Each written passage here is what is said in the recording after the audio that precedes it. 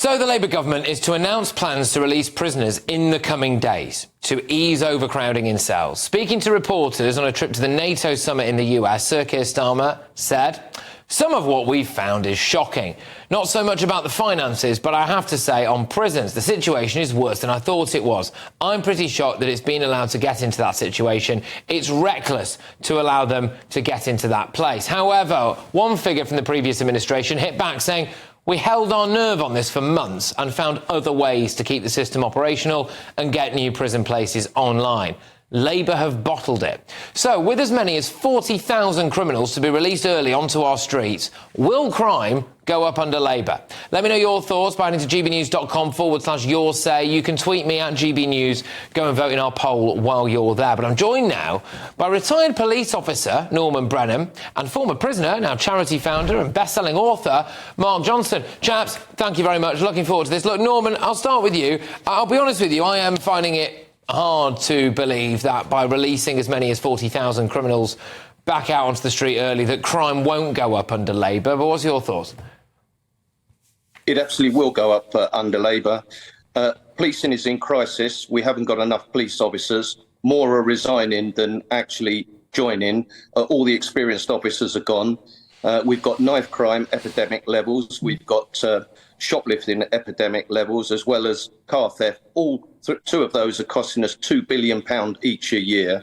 We've got so many criminals out on the streets that should have been sent to prison, but because of the overcrowding already are there.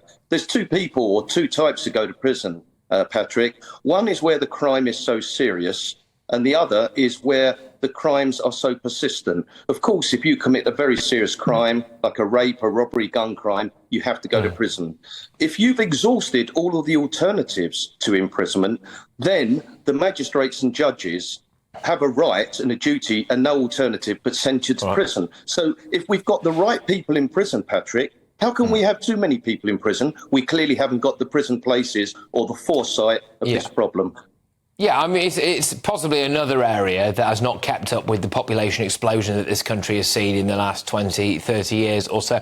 Mark, I'll whiz it over to you now, because from my perspective, just, guy just goes around his business every single day. I see things happening in my local shops, like people just walking in and nicking stuff, right? And they don't seem to care about any of the consequences. Obviously, we're all well aware of things like knife crime, etc. And I just wonder, by having people released earlier than anticipated, what kind of message it sends to those people? If we already have people who don't fear the consequences, what's going to happen now? Well, I mean, strangely, it suggests that before, when the prison numbers were kind of under control, that that we had some kind of rehabilitation techniques in prison and programs in prison that actually worked. And quite frankly, that's never been the case. The reason that people go to prison and have, for a number of years, being severely neglected, actually. The prison system itself, I mean, it's sort of a consequence from over-politicising the justice system for the last 15 years, for sure.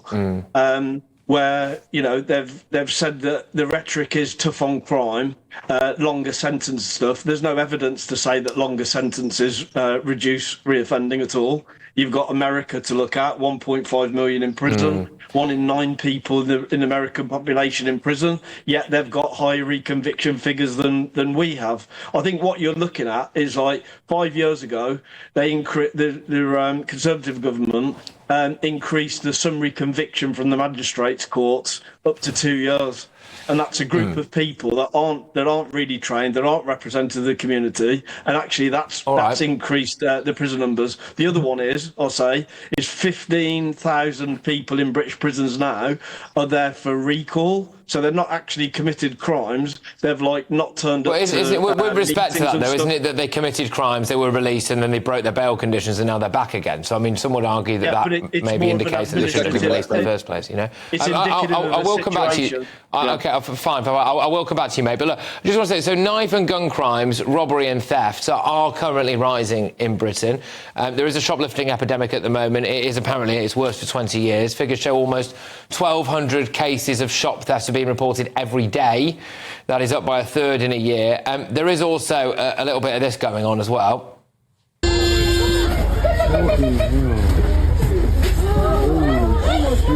People. Yeah, Norman, what do we do about this? Is there a case to say that there's much point in locking somebody up for 10 years with no rehabilitation, making them serve their entire sentence, and then they are unemployable afterwards? I mean, this new prisons guy, Timpson, has put his money where his mouth is, the way he runs his shops and things like that. He does employ a lot of people who are leaving prison, and, is there much point in keeping people locked up for longer, in your view? Well, the alternative is we just release everybody and we have anarchy on our streets. The thing is, where somebody has committed such a serious crime or persistent crime, when they're in prison, they're not plaguing victims, they're not plaguing society. And let's actually look at what prison's all about. It's to punish, to deter, to reassure and to rehabilitate. Now, I can tell you now, Patrick, there are tens of thousands of people on the streets of Britain that should actually be in prison but weren't sent there. So we've got them on the streets. We're now having probably tens of thousands of others released after only 40% at a time. What message does that send? I'll tell you what message it sent.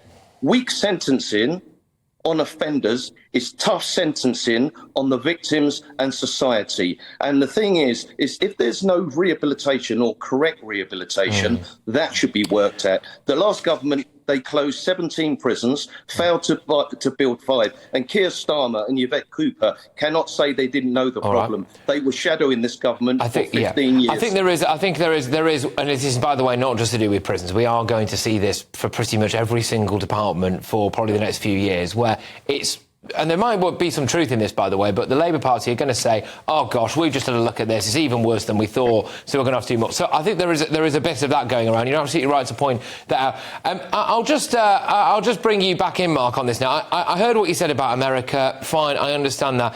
I would possibly counter that by suggesting that some countries that do have really harsh laws, and I'm not for a single second advocating the kind of judicial system they have in Saudi Arabia, for example, but I imagine the crime rate in Saudi Arabia is quite low. So I wonder if that kind of nullifies the old softer, gently approach, Mark.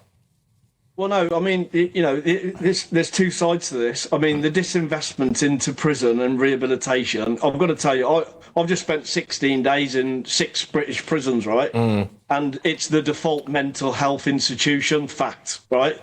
So 70% of all people in there, we're prescribing our way out of one problem and prescribing our way into another. And the whole drug trajectory is changing from heroin, illegal street drugs, now into second and third sentences on prescriptions that they actually got on entry into prison in the first place. So when, if you're committing a crime and it's a drug related or whatever, and you're going into prison, the first person you meet is a doctor and you're getting a prescription, you're not getting any kind of programs because of the understaffing.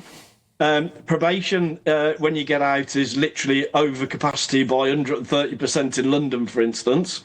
So it's neglect from the state. You know what I mean? So why are we releasing them? Why are we releasing them if they can't be put under probation? I can tell you Patrick. Well, simply because the political decision made, because justice has been politicised, they've put the rhetoric out to the public about being tough on crime, but that we haven't had the capacity to house that group of people. You're an ex-offender.